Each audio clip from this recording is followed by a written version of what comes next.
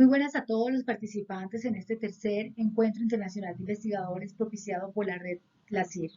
En esta oportunidad estoy ante ustedes para hablar acerca de la reforma rural integral 4 años después de la implementación del Acuerdo Final de Paz como una utopía del posconflicto. Para ello, pues, hemos trabajado en coordinación junto con la doctora Andrea Carolina Arista Sánchez y la doctora Rosana Margarita Liscano Orozco, ambas docentes de la Universidad del Magdalena. El objetivo general que nos hemos planteado entonces es analizar esa reforma rural integral 4 años después de su implementación como punto esencial de la consolidación de una paz estable y duradera en Colombia. De igual manera, ¿qué políticas económicas se han diseñado desde el año 2016 para operativizar ese primer punto del acuerdo de paz y si el Estado colombiano está preparado para dar solución a tan importante reforma que apunta, entre otros, a la transformación estructural de la realidad rural con equidad, con igualdad y con democracia? Dentro de este orden de ideas, encontramos que el acuerdo final de paz llevado a cabo con la FARC-EP se suscribió el 24 de noviembre del 2016. En este acuerdo, el Estado colombiano se comprometió en el punto número 1 a una transformación estructural del campo. Asimismo, se comprometió el Estado colombiano a crear esas condiciones de bienestar en esta población rural, pretendiendo con ello reversar todos esos efectos del conflicto, cambiar esas condiciones que han propiciado la persistencia de violencia en el territorio. De igual manera, la FARC también postula que esta buscada transformación del campo contribuye a esa solución de esas causas que históricamente han sido caldo de cultivo para el conflicto en Colombia, como es esa propiedad sobre la tierra, como es la exclusión del campesinado, el atraso de las comunidades rurales, esa afectación en cada una de estas actividades y en cada uno de los derechos que tienen ellos como ciudadanos colombianos. Visibilizar y proteger de manera inclusiva tanto a las mujeres como a los niños y las niñas. Así las cosas, dentro de los antecedentes que tuvimos en cuenta, se encontró que la Cancillería colombiana pues, fue el documento de donde fue el lugar donde se obtuvo el documento final del acuerdo de paz, que Quiroga Natale, Rodrigo Prime y Buenahora, entre otros. En relación con la metodología que utilizamos, bueno, según el enfoque fue catalogada nuestra investigación como cualitativa, ya que se hizo recolección de datos y medición numérica. En relación con el propósito fue catalogada como básica. Por cuanto la presente investigación, un poco lo que busca estos objetivos es a conocer desde ese punto de vista teórico el fenómeno social que se observa y asimismo el hecho particular observado parte de una teoría que debe ser verificada o por lo contrario rechazada. Vemos que de acuerdo al nivel, la investigación fue catalogada como descriptiva. Estos estudios buscan especificar esas propiedades, esas características, estos perfiles de las personas o comunidades o cualquier otro fenómeno que se sometan a análisis. Y ya de manera final, en relación con las fuentes, fue catalogado como de tipo documental, hermenéutico, deductivo, por cuanto vemos lo que hicimos fue utilizar fuentes primarias y estas fuentes fueron cotejadas y interpretadas a la luz del acuerdo final de paz, específicamente en su punto primero. ¿Cuál es el diagnóstico del campo colombiano? Encontramos el censo del año 2015 y los datos que trae el censo no son alentadores. Llama profundamente la atención el índice de pobreza multidimensional en el sector rural. En una década disminuyó 30 puntos, es decir, cayó al 44%. En el analfabetismo se encontró que las personas mayores de 15 años reveló no saber leer ni escribir. En el avance tecnológico, 1 de cada 6 campesinos dijo tener maquinaria. En relación con el acceso a créditos, el 89% de los encuestados campesinos se fue enfático en señalar que no han recibido créditos por esas dificultades en el trámite. Solo el 10% aceptó haberse beneficiado de alguna asistencia técnica. En cuanto a la vivienda rural, una de las 4 personas encuestadas tienen piso de tierras. En relación con esa tenencia de la tierra, el censo identificó 3.9 millones de predios en los que se distribuyen 113 millones de hectáreas y revela esto que el 70% de dichos predios tienen menos de 5 hectáreas, lo cual no representa ni el 5% de la población censada. ¿Qué indica esto? Que estamos ante un país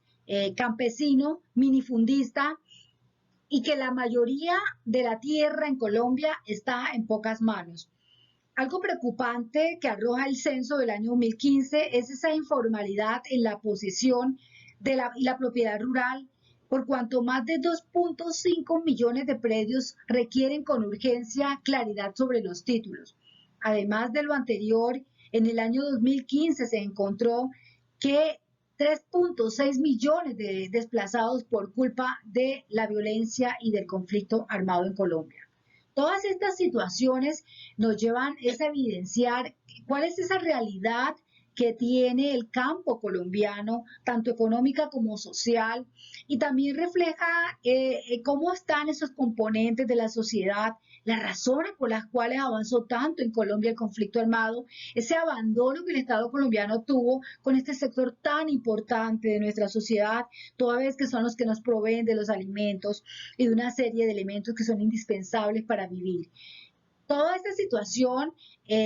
nos ha llevado a nosotros a seguir buscando y encontramos también que es el mismo Estado colombiano a través de su página web del plan de la Dirección Nacional de Planeación que nos muestra que de esos 106 productos agropecuarios colombianos que tienen acceso permitido a otros países solo se exportan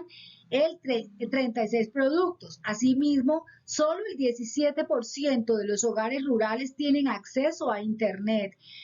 mientras la tasa de informalidad laboral en las zonas urbanas es del 56.6%, en las zonas rurales esta tasa llega al 85.8%. Asimismo, el 38% de los ocupados en los municipios rurales y rurales dispersos se dedican a actividades no agropecuarias y esto genera un 85% del valor agregado en estas zonas. La proporción de la pobreza por ingresos en las áreas rurales de Colombia es 2.3 veces de la de los habitantes en las ciudades. Y por último, mientras una persona en el área urbana promedio estudia 10 años, encontramos que en el área rural solamente lo hacen 6 años. Todas estas situaciones, bueno, fueron las que llevaron al Estado colombiano a, primero que todo, a tener a la reforma rural integral como el punto número 1 del acuerdo final de paz y a tener en cuenta estos 3 macrocomponentes que nosotros presentamos acá, como es, por una parte, el acceso al uso de la tierra. Dentro de este macrocomponente del acceso al uso de la tierra, se encuentra que el Fondo de Tierras tiene destinado o tiene como meta 3 millones de hectáreas gratuitas para los campesinos sin tierra. De igual manera, proyecta el Estado colombiano subsidios y créditos a campesinos para el acceso a las tierras. También pretende el Estado colombiano formalizar 7 millones de hectáreas en pequeñas y mediana propiedad rural, cierre de la frontera agrícola, fortalecer esas zonas de reserva campesina, crear esa jurisdicción agraria y participación ciudadana en el ordenamiento territorial local. En relación con el componente, con este segundo componente, que es el componente más grande, tiene unas dimensiones internas como son la infraestructura, el desarrollo social, estímulos a la economía campesina y garantía progresiva al derecho a la alimentación. Dentro de la infraestructura, bueno, el Estado colombiano se ha puesto como meta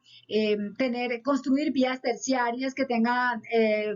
posibilidad de riego y de drenaje, electrificación rural, que tenga conectividad rural. En relación con ese desarrollo social, bueno, generar condiciones de salud, de educación rural, construcción y mejoramiento de la vivienda rural.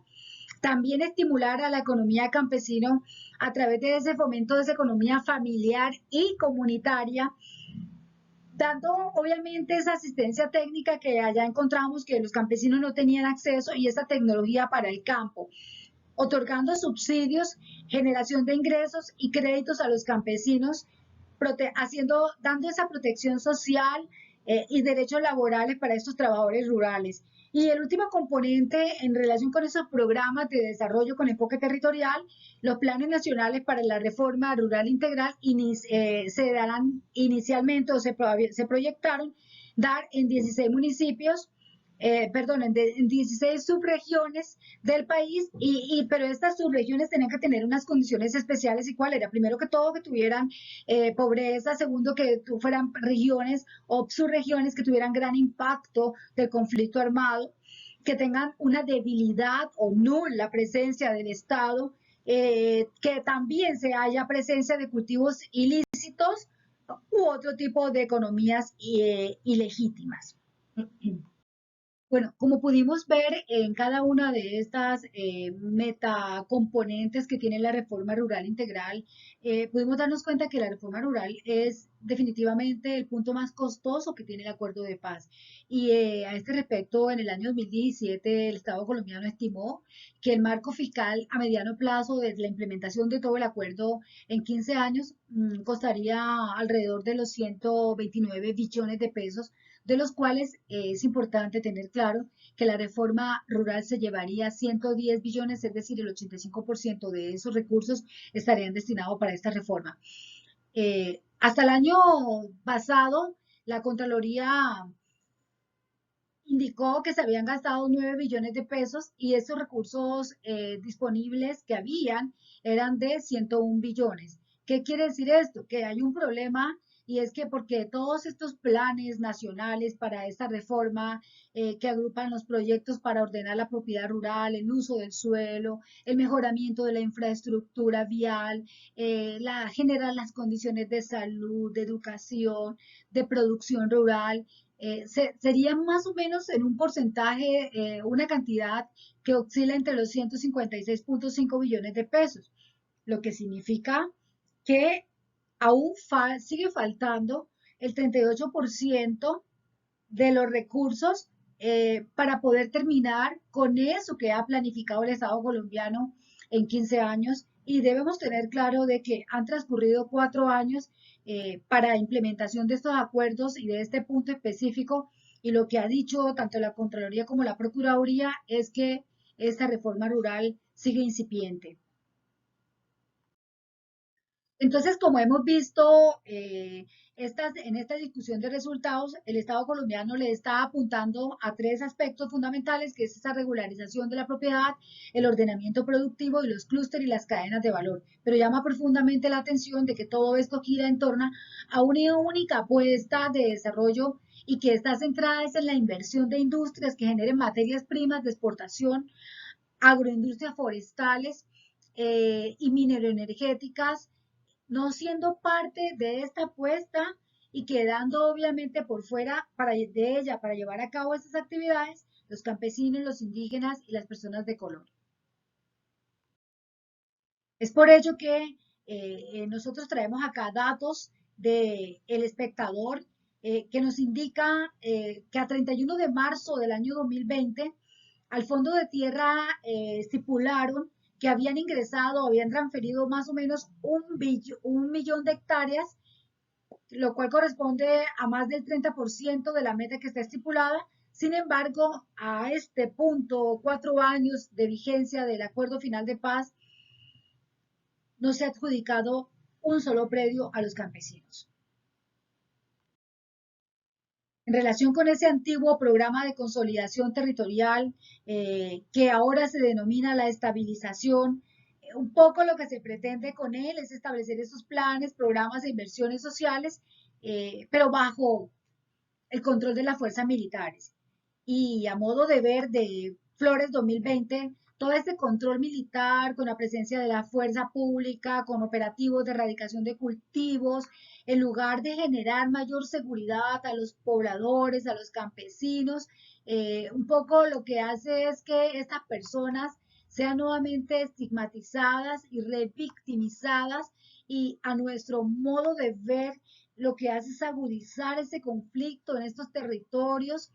que antes que generar esa oportunidad de desarrollo y esa visión de pasar de los planes de desarrollo con enfoque territorial, que por cierto tenía una función del fomento, del desarrollo y la superación de la pobreza en esos territorios más vulnerables,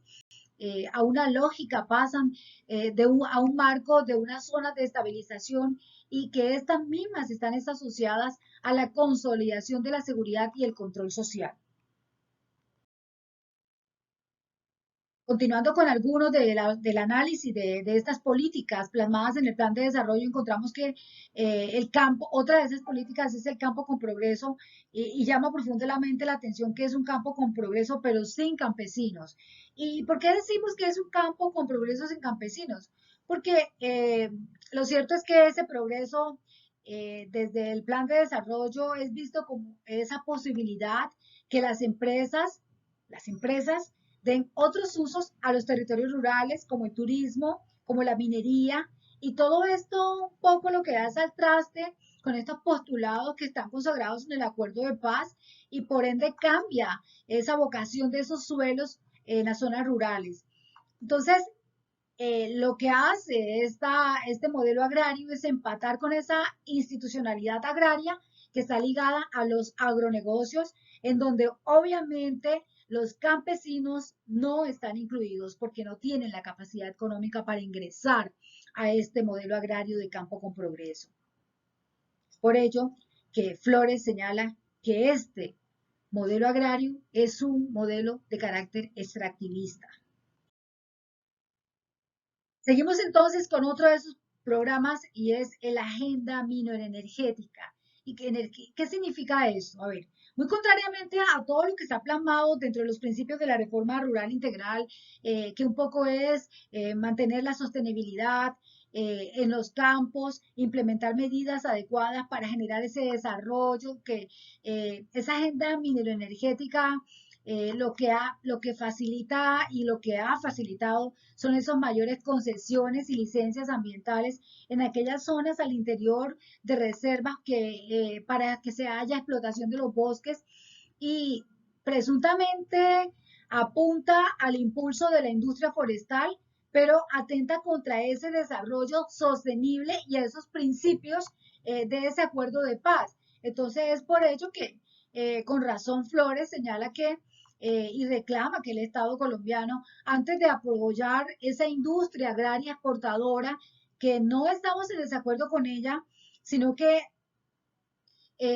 no está Colombia preparada para esa industria agraria exportadora porque no son los campesinos los que se van a beneficiar, sino nuevamente son aquellos grandes capitalistas los que van a poder aprovechar esta oportunidad por cuanto el Estado colombiano no ha empoderado a los campesinos con cada uno de los mecanismos que ha indicado, que hemos dicho anteriormente, para que sean ellos los que efectivamente llevan a cabo esta política pública. Bueno, una vez que ya hemos hecho un recorrido sobre cada una de las metas que tiene el Estado colombiano, sobre el diagnóstico en que está el campo colombiano y cuáles son esos resultados que hemos encontrado luego de 4 años de implementación del Acuerdo Final de Paz y específicamente el punto número 1 de la reforma rural integral, debemos decir que si bien la reforma rural integral es ese punto más importante, es el eje central de ese acuerdo de paz, no es menos cierto que según voces de la Procuraduría General de la Nación, en ese informe de alerta que le presentó al Congreso de la República 28 de agosto del 2019 y que también Colombia lo pudo conocer por los diferentes medios de comunicación, lo que indica este organismo de control es que esta reforma no arranca. Y no arranca porque aún los planes de ordenamiento social de la propiedad rural no se han implementado, porque el Fondo de Tierra no ha adjudicado una sola hectárea, porque tampoco los planes nacionales con enfoque territorial han tomado su rumbo. Es por ello que nosotros debemos coadyuvar esa postura de buena hora en el entendido de que el engranaje del capitalismo internacional del cual Colombia hace parte, el Estado no puede perder de vista la realidad que subyace el sector rural del país. Es por ello que se hace indispensable que el modelo económico de Colombia esté a tono con nuestra realidad social y que además permita esa sostenibilidad que se pregonan esos postulados del acuerdo de paz. Por tanto, deben fundarse en el intervencionismo del Estado y que sobre todo debe primar ese interés general, esa solidaridad social y esa dignidad de todos que nos lleve a esa construcción de esa anhelada sociedad justa y democrática. Por todo lo anterior, colegimos sin lugar a dudar ni a equivocarnos que efectivamente la reforma rural plasmada dentro de ese punto número 1 del acuerdo final de paz con la FARC, mirada desde la óptica del posconflicto, es una utopía. Entonces debemos hacer una serie de recomendaciones y es que el Estado colombiano a través de sus autoridades diseñen un plan de desarrollo que sea acorde a los principios identitarios del Estado social de derecho, que estén consagrados tanto en la Constitución política como también en los compromisos acordados con la FARC. Ese plan de desarrollo que sea acorde a esa realidad social y económica que tiene el país, también el desarrollo sostenible, a esa repartición equitativa de la tierra y el acceso de los campesinos a todas esas fuentes de financiamiento, un plan de desarrollo con ese adecuado intervencionismo estatal que controle al capitalismo internacional, para así desde adentro construirnos como, no como esa nación dependiente y subdesarrollada, sino por el contrario, como esa tan anhelada Colombia industrializada que todos hemos soñado. Solo desde esas políticas verdaderamente sociales y obviamente sin abandonar estos principios de libre mercado consagrados en la Constitución política, se podrán disminuir las brechas que generan desigualdades y por ende los desencuentros entre esas diferentes capas de la sociedad, por cuanto estas actuales políticas consagradas en el plan de desarrollo que van a regir, por cierto, hasta el año 2022, contienen son unos programas y unos planes que están encaminados al fortalecimiento y la consolidación de los grandes capitales y monopolios extractivistas y dan por ende al traste con esos postulados de garantizar la seguridad alimentaria para estas poblaciones más afectadas, como son los campesinos de Colombia, quienes nuevamente son víctimas de la invisibilización y el olvido de todos. Estas son las referencias bibliográficas que tuvimos en cuenta para llevar a cabo esta investigación. Muchísimas gracias por su atención.